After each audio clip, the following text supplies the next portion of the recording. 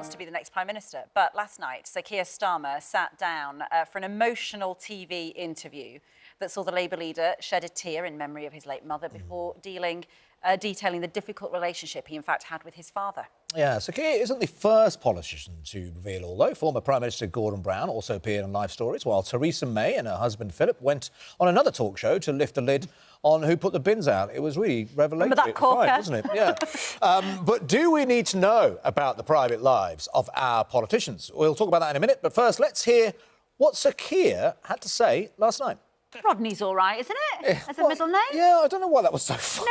No, it's a perfectly reasonable name. Now, joining us now to discuss this is politics student and Conservative supporter Emily Hewitson, who says politicians should be judged on their politics, not their private lives. Yes, and Theresa May's former advisor, Nero Ujabo, who believes people should know who they're voting for.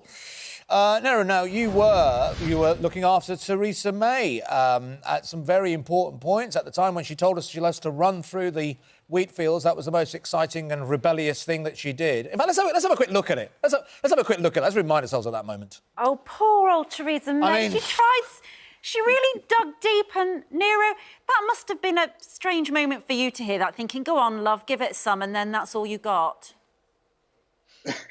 No, I think the Theresa May that I know is deeply passionate and deeply cares about people and has a lot of personal stories to tell. I think if it wasn't the case that we were dealing with quite significant national challenges, I think the country would have been able to see a bit more of her and they would have liked what they see. Yeah. How important, though, is it, Nero, for someone like Keir Starmer last night, some, very poignant moments, talking about his mother, and we would all really, connect with that, those of us that lost close ones. It's an awful thing to go through. But then talking about his days at university and, opening up like that, is it the new way forward, do you think, for politicians? Do you think they should be doing more of that?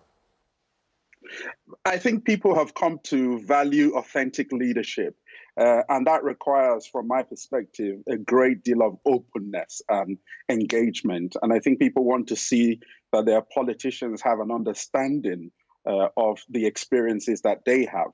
So sharing a bit of your lived experience, I think, is incredibly important in being able to connect with the general public and your followers and being able to put your message through. So I think it is incredibly important. You say that, though, Emily, it's interesting because I don't think very many people can identify with Boris Johnson. I mean, went to Eton, very sort of wealthy background, and, his sort of very colourful personal life. It's sort of quite dramatic in lots of ways, and I don't think people do identify with him. So what is the appeal there, in the sense that Nero's saying you need to be able to be accessible to people, but actually Boris Johnson's got to the top on a very different kind of ticket? Completely. And I think it kind of acts as a bit of a distraction if you go too much into your personal life. I think at the end of the day, politicians are entitled to a private life and they should be judged around their policies. For example, I'd much rather be discussing whether Keir Starmer is a good leader of an opposition, for example, today, instead of, delving into his private life, which should be private. So I do think these things can act as a distraction. I mean, we saw when there was a big, hoo-ha about how many children Boris Johnson had. That seemed like a big storm in a teacup. It really got the Westminster bubble angry, but that just didn't translate to the electorate. And the wider electorate didn't seem to care because they were more focused on whether he was a good politician or not and what his policies were. Yeah, Nero, what is the point, though, of doing a big sit-down, tell-all interview if you're not going to answer the question about whether you ever took drugs when you were at university? I mean, what's the point of it if you just sit there and then you don't answer the question? Well, the reality is that there's a difference between intrusion and wanting to know every single aspect of a politician's life. That's not the issue as far as I'm concerned. But when you look at the fact that politicians are putting themselves forward to serve and are going to make policies that impact on the lives of so many people, the public has a right, in my view, to have some engagement with what they believe, where they're coming from, what are the key issues, the key events that shaped their experiences, that bring that sort of empathy and authenticity to their leadership. So I think is incredibly important. It's not the intrusion of press. is more about what you are willing to share as a politician to connect with the public. Just a question. I'll come to you about just Neri. Just a quick question then. I'll ask this to both of you actually. Boris Johnson, the Prime Minister, now he should be setting an example. He often will preach about morals and British values and what we should be standing for. Yet we don't know how many children he's got. I mean, it feels like a trivial matter, but isn't that quite important? Are you a family man? What's your relationship with your children? Let's hear you talking about your children. Should Boris Johnson, Prime Minister, tell the nation, I've got 6 children, I've got 7 children, I've got 4 children, whatever, how many they are. Should he tell us that?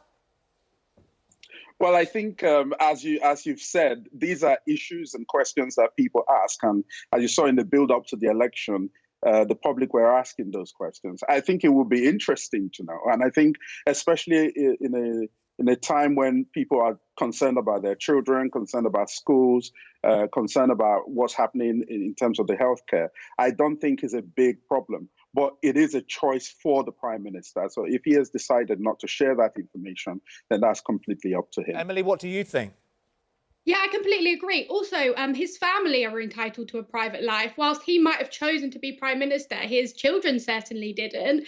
And I do think that, this was something that people would not stop about, the media, certainly. And then we saw he went on to win one of the biggest landslides in a very long time indeed. So I think, it was a massive storm in a teacup that didn't resonate with the electorate. And I just don't think people care. They care about what policies they're standing for. I don't think people care less how many kids Boris Johnson has, and I don't think that that's important. If that's how you're judging a Prime Minister, then I think that's quite unhealthy. Yeah, I think that's a really fair point, that his children, however number there are, deserve their privacy too. That's a really good point. Just on Boris Johnson, though, do you think that he's conscious of the image he portrays? Lots of you'll hear people who work in the business say that he deliberately messes his hair up when he steps out of Downing Street or when he does a press briefing. Do you believe that is deliberate, Emily? This is him trying to say, look, I'm not one of those polished MPs, my suit's probably a bit too big, my shirt collars are a bit loose, my shoes are a bit grubby. Is that deliberate on Boris Johnson's part?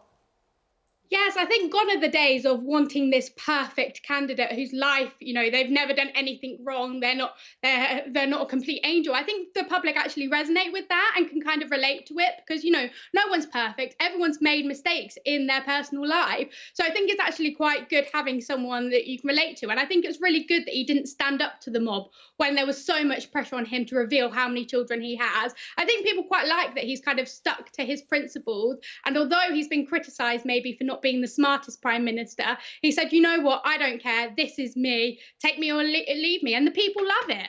Okay. And that's the interesting thing, isn't it, Nero, that there are some politicians, perhaps you would say this about Theresa May, that when you do an interview, you just confirm what people think of you, which is that you're just a sort of school marmish, you're a school prefect, and that, and in a way, would you sort of say that there are some people who just say, listen, just don't bother going to do those interviews because it will do you no favours? Or, I mean, is that a hard conversation to have, I guess? No, I think, interestingly, and what has just been described is that Boris brings some kind of authenticity. And we do know aspects of his private life. We know he recently had a baby. We know he recently got married. We know a whole range of things about his life, which is the important point I'm making, that it is a question of the politician being willing to be open, being willing to be authentic, being willing to engage with the general public about those things that matter to them. Okay. So I think it's very important from that perspective. Someone's seen you on the telly, Nero, and they're ringing to tell you. I think somebody's advising you shouldn't be saying that on the TV. Did you not get the script? Nero and Emily, thank you so much for joining us this morning. Just a few tweets and texts, by the way. We promised to read some of these about the Keir Starmer interview. Jethrin says, I enjoyed it, and I'm not even a Labour supporter, but I enjoyed the interview. Says, Keir says, only did the interview to try and gain popularity, and I couldn't care about either his or Boris's past somebody. There's a sort of a mixed reaction. I don't think it's going to be conclusive. It'll be interesting to see whether it makes any difference at all.